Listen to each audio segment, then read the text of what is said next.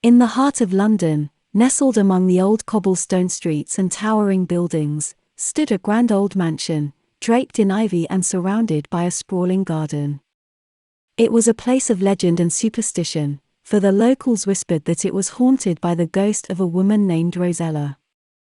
Rosella was said to have lived there in the Victorian era, a beautiful young woman with long, flowing hair and a penchant for wearing elegant dresses. But her life was not a happy one, for her husband had died young, leaving her alone and bereft.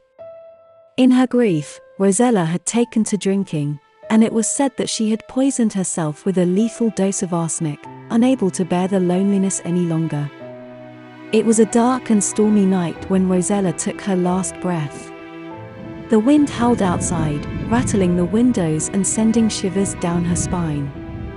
She sat alone in the dimly lit sitting room, staring out into the darkness and mourning the loss of her beloved husband. As the hours wore on, her grief turned to desperation, and she reached for the bottle of arsenic that she had hidden away. She knew that it was a deadly poison, but in her despair, she no longer cared. She mixed the poison with water and brought the glass to her lips, closing her eyes as she drank. At first, there was nothing. But then, a searing pain ripped through her body, and she fell to the ground, writhing in agony. Her vision grew blurry, and she could hear the sound of her own labored breathing. She knew that death was coming for her, but even in her final moments, she could not bear to be alone. With a last burst of energy, she stumbled to her feet and stumbled through the darkened hallways, searching for someone, anyone who could keep her company in her final moments. But the mansion was empty, and no one came to her aid. And so, Rosella died alone, her body racked with pain, her soul consumed by loneliness.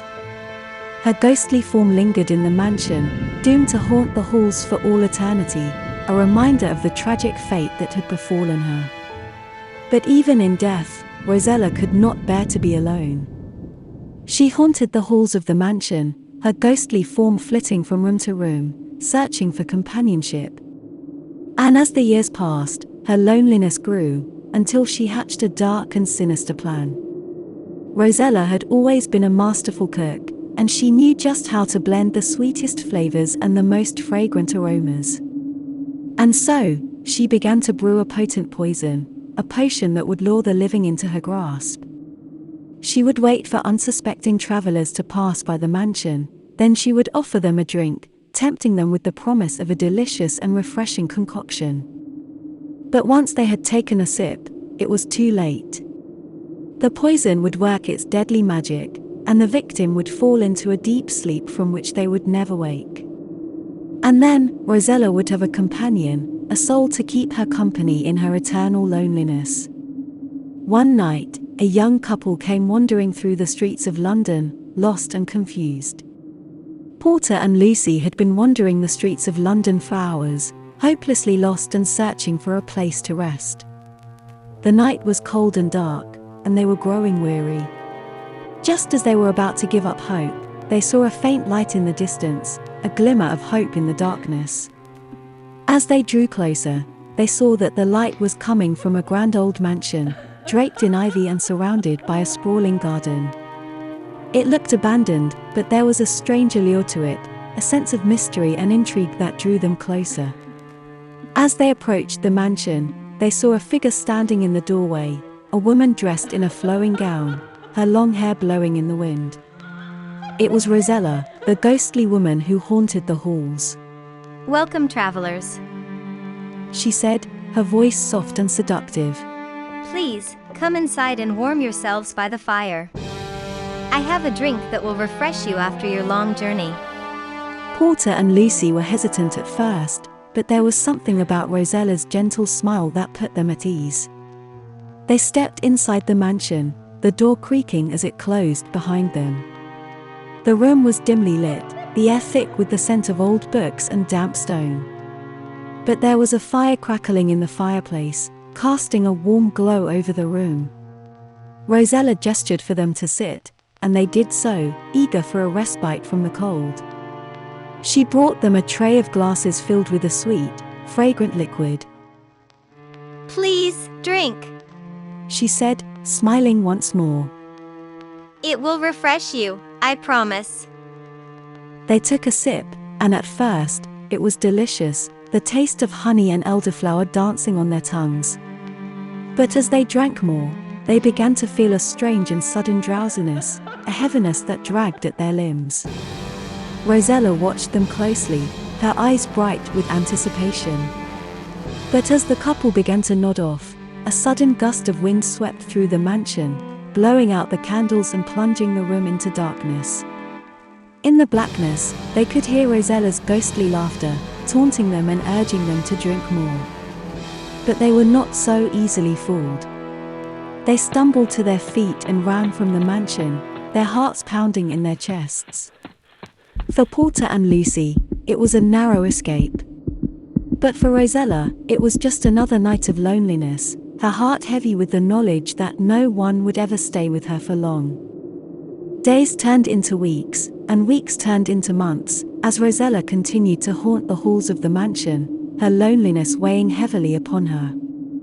But then, one sunny afternoon, she heard a sound that filled her heart with hope.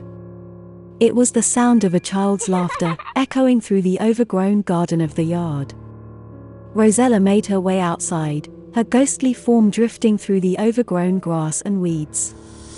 And there, in the midst of it all, was a young girl, no more than 6 or 7 years old, twirling in the sunlight and giggling with delight. Rosella was overjoyed at the sight of the child, her heart swelling with the possibility of having a daughter to keep her company. She approached the girl, her ghostly hand reaching out to touch her shoulder. Hello, little one. She said softly. What's your name? The girl looked up at her with wide, curious eyes. My name is Alice. She said. Who are you? Rosella smiled, a gentle warmth spreading through her spectral form. My name is Rosella. She said. And I live in this big, old mansion. Would you like to come inside and play with me? Alice nodded eagerly, her eyes shining with excitement. Rosella led her inside the mansion, her heart racing with anticipation. Once inside, Rosella showed Alice to a room filled with toys and games, promising her all the fun and adventure that a child could ever want. Alice was delighted, and for a while, it seemed as though Rosella had found the companion she had always longed for. But as the hours wore on, Rosella began to grow anxious, knowing that she could not keep the child forever. She tried to convince Alice to stay, offering her sweets and toys and promising her a lifetime of happiness. But the child, sensing something was amiss, grew fearful and began to cry. It was then that Rosella realized her mistake. She could never force someone to stay with her, not through trickery or deceit. With a heavy heart, she led Alice back outside, knowing that she would never see the child again. As Alice ran off into the sunlight, Rosella stood alone in the garden, her ghostly form racked with sobs. She had once again been reminded of the harsh truth that haunted her for all eternity, that her loneliness was a curse that could never be broken. And so, the legend of Rosella lived on, a tale of ghostly loneliness and deadly temptation. To this day, the locals still speak of her, warning travelers to steer clear of the haunted mansion and the ghostly woman who dwells within. For Rosella may be beautiful and charming, but her heart is as cold and dark as the poison she brews.